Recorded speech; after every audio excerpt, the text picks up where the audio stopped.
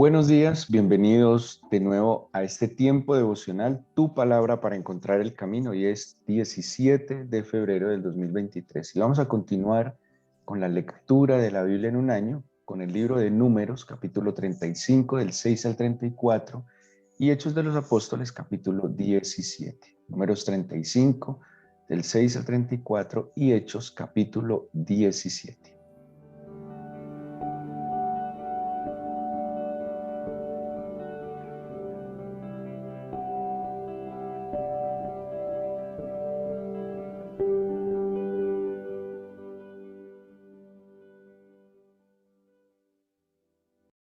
Y vamos a ubicarnos en el capítulo 17 del libro de los Hechos.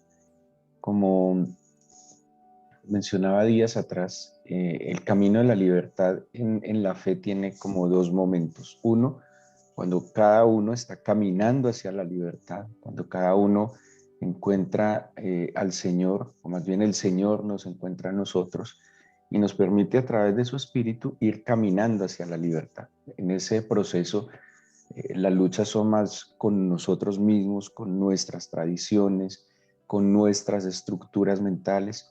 Estamos luchando entre lo revelacional y lo tradicional. Y ese es un momento que lo podemos identificar en lo que vivía el pueblo de Israel cuando salía de Egipto camino a la tierra prometida.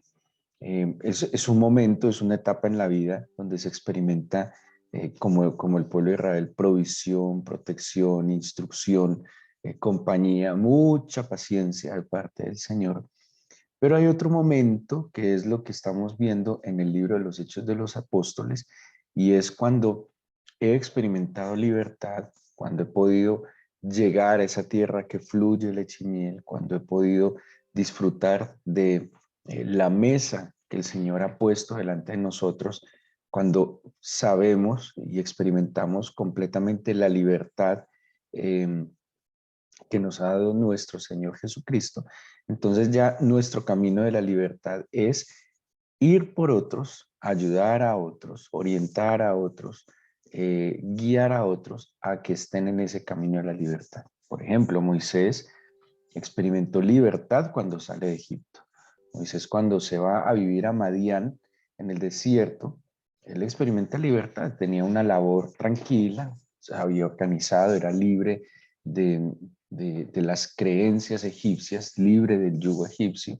Y cuando él experimenta la libertad, se encuentra con el Señor, él lo llama para que un libre pueda ayudar a liberar a otros. Es muy difícil, es muy complicado, pues que un esclavo pretenda ayudar a liberar a otros. Así que en Hechos de los Apóstoles por eso vemos otra dinámica. Ya vemos a Pablo, a los apóstoles, como leíamos hace unos días, a estos profetas y maestros que guiados por el Señor pues van de manera itinerante de ciudad en ciudad llevando libertad, llevando a otros a la libertad. El capítulo 16 nos muestra cómo Pablo, fue la lectura de ayer, pero quiero tomarlo desde allí, cómo Pablo en su segundo viaje con Silas están pasando de lo que era Asia, la actual Turquía, sobre la costa del mar Egeo. Y el Señor Pablo tiene una visión de un hombre macedonio. Macedonia es Grecia, donde está Tesalónica, y le pide que pase a Macedonia, que les ayude. Pablo, siguiendo pues, la visión, la guía del Espíritu Santo, pasa allí, llega a Filipos, que es una ciudad en Macedonia. Allí da a conocer el Evangelio a dos personas muy importantes. Digo muy importantes para entender lo que es también llevar la libertad. Era una mujer que vendía telas, hemos hablado mucho de ella, de Lidia, que era natural de Tiatira, una mujer piadosa, una mujer que adoraba, era una prosélito, o sea, un gentil o una persona pagana, que no era judía, que se había convertido al judaísmo. Adoraba a Dios y dice que en esta actitud el Señor abrió su corazón para que escuchara el mensaje del Evangelio Y el otro personaje, un habitante de Filipos, era el carcelero, que pues por él haber abierto, bueno, aquí hay algo muy importante que sobre Pablo y Silas cuando estaban en la cárcel, la alabanza. Como eran libres, el libre no importa que esté en una cárcel, ¿sí? El libre no depende de una condición. El libre es libre independientemente de la condición. Y ellos cayeron en la cárcel, en la parte más profunda, atados. Y cuenta la Biblia que ellos empezaron a entonar himnos, alabanzas, cánticos al Señor. Y en medio de este cántico se rompieron las cadenas, se abrieron las puertas y ellos fueron libres físicamente. Ya eran libres en su alma, eran libres en su espíritu, pero a causa de la alabanza, que en medio de una situación adversa, la alabanza entonces aparece aquí como un arma poderosa para traer libertad de esas situaciones externas que me quieren oprimir o que me quieren esclavizar. Y llegamos al capítulo 17. De alguna manera, el ser humano busca la libertad.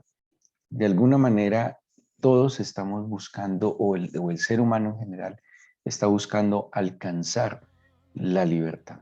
¿Por qué la libertad? Porque se cree que la libertad pues da felicidad. Hay una búsqueda de la felicidad, sin duda alguna. Hay una búsqueda de plenitud, hay una búsqueda de satisfacción, hay una búsqueda de paz y tranquilidad. Ahí hay muchas cosas que se asocian a la libertad, ¿sí?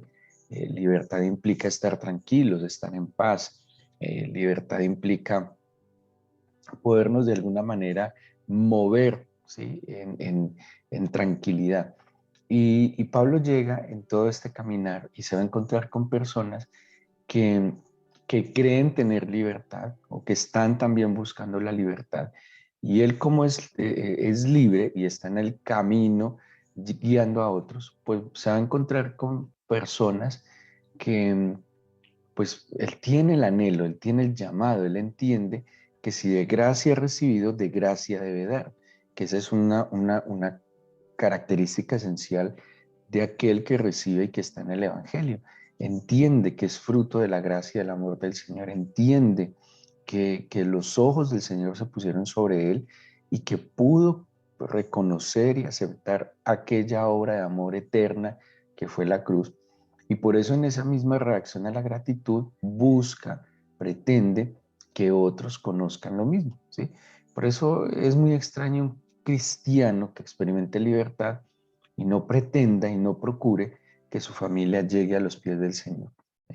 Sí, y no se trata de hacer un proselitismo religioso, sino de compartir algo que es bueno. Y si yo sé que esto es bueno para mí, ¿por qué lo voy a callar? ¿Sí? Si yo sé que esto ha sido una respuesta para mí, ¿por qué no lo voy a compartir con otros? Tendría que ser muy egoísta, tendría que ser un poco desalmado o simplemente no he llegado a la plena libertad. Así que Pablo llega, entonces está en Grecia y menciona la Biblia que él tenía la costumbre de llegar a las sinagogas, versículo 2. Allí discutía, allí disertaba, basado desde la escritura. Y dice el versículo 3 del 17, declarando y exponiendo por medio de las escrituras que era necesario que el Cristo padeciese y resucitase de los muertos y que Jesús, a quien yo os anuncio, decía Pablo, es el Cristo. Pero aquí hay un elemento muy importante, las escrituras. Entonces él iba a los judíos. Los judíos pues tenían un vínculo muy fuerte con la escritura, ¿sí? De allí que viene toda esta disertación teológica sobre la ley, sobre la gracia, pero los judíos de alguna manera experimentaban libertad o caminaban hacia la libertad cumpliendo la ley. ¿Sí? Para ellos el cumplimiento de la ley era como lo que les daba tranquilidad y lo que les permitía experimentar libertad. ¿Sí? Todo lo que estuviera sesgado a la ley, solo que ellos no solo estaban guiados por la ley, la instrucción en nuestro Pentateuco, la Torá, sino que también contaban con todas sus leyes rabínicas, todos los comentarios a la Torá, que obviamente volvía un poco más complejo esta instrucción y volvía un poco más, y más que complejo, complicada y complicado la forma en que ellos podían vivir en esta guía y en esta instrucción.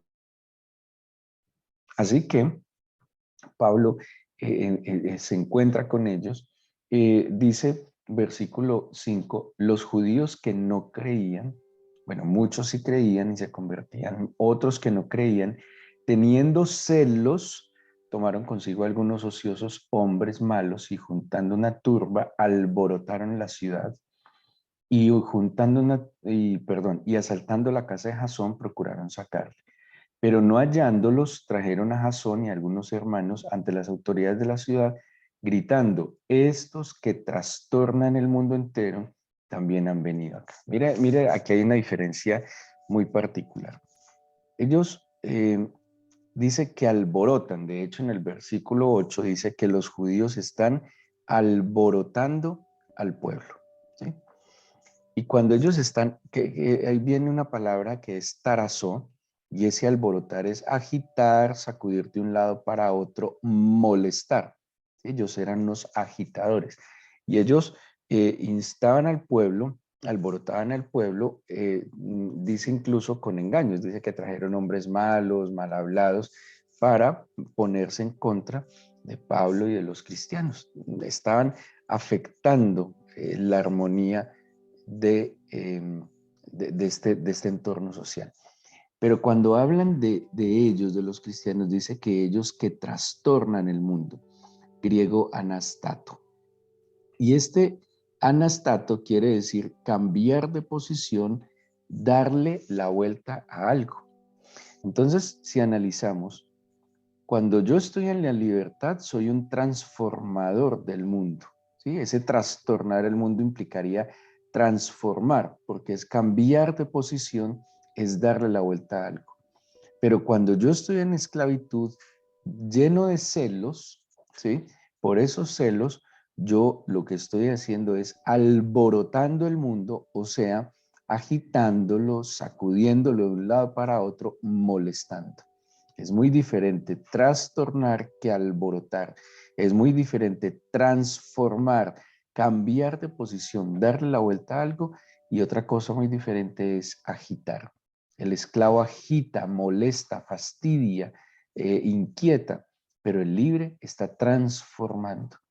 Muy significativo lo que está pasando en esta escena, porque los cristianos estaban generando, claro, se movían las estructuras, pero ese movimiento era para transformar, y es una transformación positiva, a través de la esclavitud a la libertad, de las tinieblas a la luz, es trastornar, es romper cadenas. En cambio, el que alborota simplemente desestabiliza, simplemente saca del orden, simplemente está molestando, está fastidiando, está generando agitación. Entonces, por un lado están estos judíos que se basa, o más bien su esclavitud está en quedarse en la letra y no poder entender la vida en el espíritu. Pero más adelante Pablo va a seguir hacia Atenas y cuando llega a Atenas dice que su corazón y su espíritu se enardecía al ver esta ciudad entregada a la idolatría. De nuevo, va a la sinagoga, discute en la sinagoga y se la pasaba en la sinagoga discutiendo desde la escritura. El versículo 18. Algunos filósofos de los epicúreos y de los estoicos disputaban con él y unos decían, ¿qué querrá decir este palabrero? Otros parece que es predicador de nuevos dioses porque les predicaba el evangelio de Jesús y de la resurrección. Tomándole le trajeron al Areópago diciendo, ¿podemos saber qué es esta nueva enseñanza de que hablas? Pues traes a nuestros oídos cosas extrañas. Queremos pues saber qué quiere decir esto. Porque todos los atenienses y los extranjeros que vivían allí en ninguna otra cosa se interesaban sino en decir o en oír algo nuevo. Tenemos entonces dos corrientes filosóficas que estaban en los atenienses. Cada uno de ellos buscaba la libertad con una idea, con un pensamiento.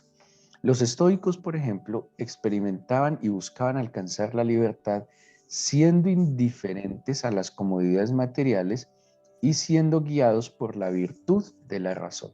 sea, esta posición era una posición un poco austera, donde de alguna manera ellos evolucionaban un poco más y veían que la virtud era lo que los llevaba a la libertad, o sea, la razón, la lógica. Ellos profesaban algo así como un dominio propio, un control de las pasiones. Entonces, trataban y así buscaban la libertad de que nada los aferrara. Es más, tenían como una capacidad de superar el dolor, eran como indiferentes, trabajaban en ser indiferentes al dolor y a las dificultades. Aparentemente es una posición que a muchos les gustaría, ¿sí? No ser afectados por el entorno. Entonces no eran materialistas, eran muy austeros, muy tranquilos, muy simples, ¿sí? El estoico era muy simple. Esa era una corriente y esa era su búsqueda de libertad a través de ser un poco más profundos y trascendentes. Ese era como el ideal del estoico. Y por otro lado están los epicuros, que eran completamente opuestos a los estoicos, porque los epicuros sí eh, procuraban la libertad a través del placer, ¿sí? Casi desenfrenado. De hecho, hay una frase que se le aduce a Epicuro que es: comamos y bebamos que mañana moriremos. Solo piensen en esta expresión: comamos y bebamos que mañana moriremos. Puro placer, por un lado. Y los otros entonces buscan la libertad por la austeridad. Y los epicuros por el desenfreno en el placer. Tenemos tres corrientes ideológicas con las que Pablo se está encontrando, cada una de ellas camino hacia su forma de encontrar la libertad. Los judíos a través del rigor del cumplimiento de la ley, ¿sí?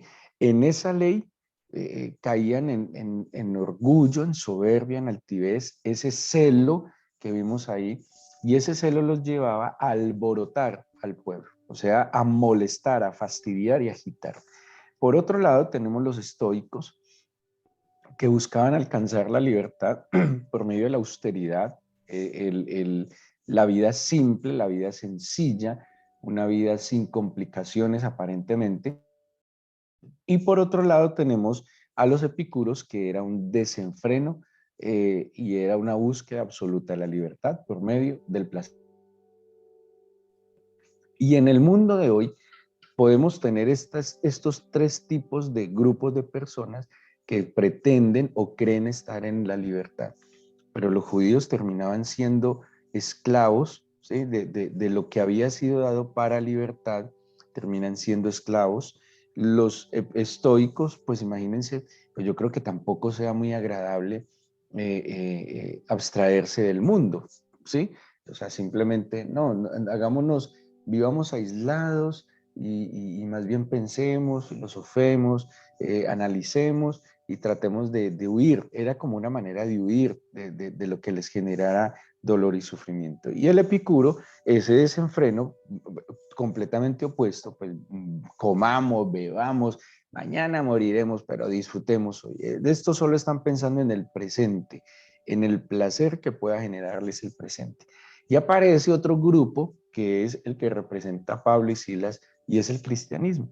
Y el cristianismo es una libertad tan plena que me permite entender la escritura y entender que la escritura está dada no para esclavizarme, sino para llevarme a la libertad. Y voy a reiterar el concepto que hemos manejado sobre libertad: capacidad que el Señor me da de elegir las mejores cosas. Por eso el conocimiento de la instrucción, de la ley del Señor, me da a mí las herramientas para poder discernir entre mi mano derecha y mi mano izquierda, poder discernir entre el camino bueno y el camino malo, el que lleva la vida y el que lleva la muerte. Así que la libertad que me ofrece Jesucristo, lo que para los judíos los termina esclavizando, para nosotros la ley del Espíritu nos da la herramienta para ser libres. Porque el conocimiento de la Escritura me permite a mí entonces elegir lo mejor, lo que más me conviene. ¿Sí? Pablo decía: todo me conviene, pero no todo me es lícito. Entonces no solo elegir lo que me conviene, sino también lo que me es lícito y por ende lo que es bueno para mí. Así que esta libertad que nos concede el Señor a través de su Espíritu Es como si les volteara la torta a lo que para los judíos creían que les daba libertad. Pero por otro lado, lo que buscaban los estoicos, de liberarse un poco del sufrimiento, de liberarse un poco de estar atados al materialismo, de estar atados a la dinámica del mundo, de trascender un poco, de racionalizar, de analizar, de aprender incluso a sobreponerse a la adversidad, a no dejarse agobiar por las situaciones del entorno. Esa libertad también es la que me concede el Señor Jesús. Incluso esa libertad del Señor Jesús me permite sobreponerme a la adversidad, no vivir atado ni esclavo a lo material, no depender de lo material.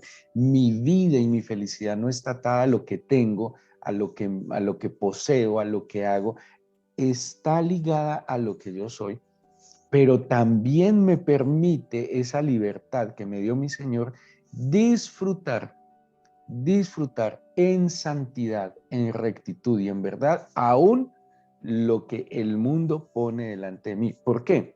Porque yo puedo tener la capacidad de elegir las mejores cosas. Los epicúreos caen en un desenfreno de comer y beber que mañana moriremos. Pero el cristiano puede comer y disfrutar todo lo que le conviene y lo que le es lícito en libertad. Si ven que la libertad que ofrece Jesucristo tiene que ver con equilibrio, porque si vemos las dos posturas del estoico y el epicuro, son posturas completamente opuestas y excluyentes la una de la otra. Pero en la libertad que Cristo me da, me permite vivir en este mundo y no ser de este mundo. Disfrutar lo mejor de este mundo sin participar de lo peor de este mundo. Porque hay cosas que el Señor creó que son para nuestra bendición y son para nuestra felicidad. ¿Por qué entonces nos las vamos a negar? ¿Sí? No tiene sentido. Es como decir, es una postura muy estoica, como decir, no, dejemos todos los que estamos casados, dejemos nuestras esposas, dejen sus esposos, como la postura que asumieron los qumramitas en su momento. Vámonos de la ciudad, dejemos a nuestras familias, vistámonos de blanco, lavémonos todo el día y dediquémonos exclusivamente al estudio de la Torá. Eso es una postura muy estoica que no es de libertad. Ellos esperaban el fin del mundo cerca. Bueno, y si el fin del mundo fuera cerca, no deberíamos estar es con nuestra familia, no deberíamos disfrutar y acercar a los nuestros al Señor. Esa es la libertad que el Señor Jesucristo nos da, de que la escritura está dada no para esclavizarnos y alborotar, sino para transformar la sociedad, para remover esas estructuras mentales de esclavitud. Para eso es la escritura. Pero que también esa libertad nos permite a nosotros sobreponernos a la adversidad y no vivir esclavos del sufrimiento y de la aflicción inherente al mundo. O sea, estamos en el mundo, pero de alguna manera somos libres del mundo. Pero esa libertad también nos permite a nosotros no ser dependientes del placer y de los beneficios que aparentemente este mundo está concediendo. Y esa era la disertación y la discusión que Pablo iba teniendo con cada uno de estos grupos, pretendiendo compartir la libertad a la cual él había llegado. Y si ustedes notan, aunque el espíritu de Pablo se enartecía, nunca fue grosero, nunca fue altivo, no fue soberbio con ellos, no los menospreció. Él no creyó que al ser poseedor de la verdad era más que nadie. Por el contrario, con humildad y sencillez de corazón, trató de llevarles esa verdad que él había recibido y que le había dado absoluta libertad. Vamos a darle gracias al Señor, vamos a entregarle este fin de semana, agradeciéndole por acompañarnos todos estos días y también encomendando lo que vendrá.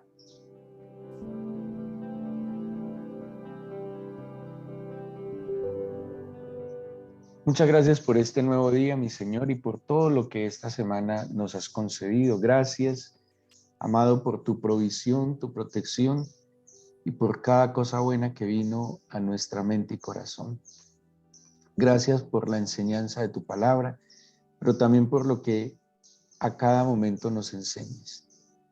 Gracias por ser nuestro Señor y Salvador, libertador. y por darle sentido y propósito a nuestra existencia.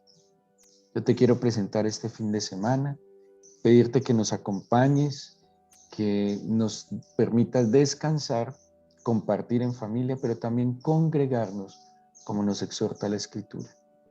Que cada uno pueda estar en su iglesia, Señor, disfrutar de la compañía de sus hermanos en la fe, poder ser instruidos y edificados por tu palabra y estimulados por los testimonios, Señor, de lo que tú haces. Te pido que nos prepares para lo que viene la próxima semana, que tu mano poderosa, Señor, nos guíe, nos guarde y nos ampare. Gracias una vez más porque escuchas nuestra oración y nos das tu santa palabra para encontrar el camino. En el nombre de Jesús. Amén.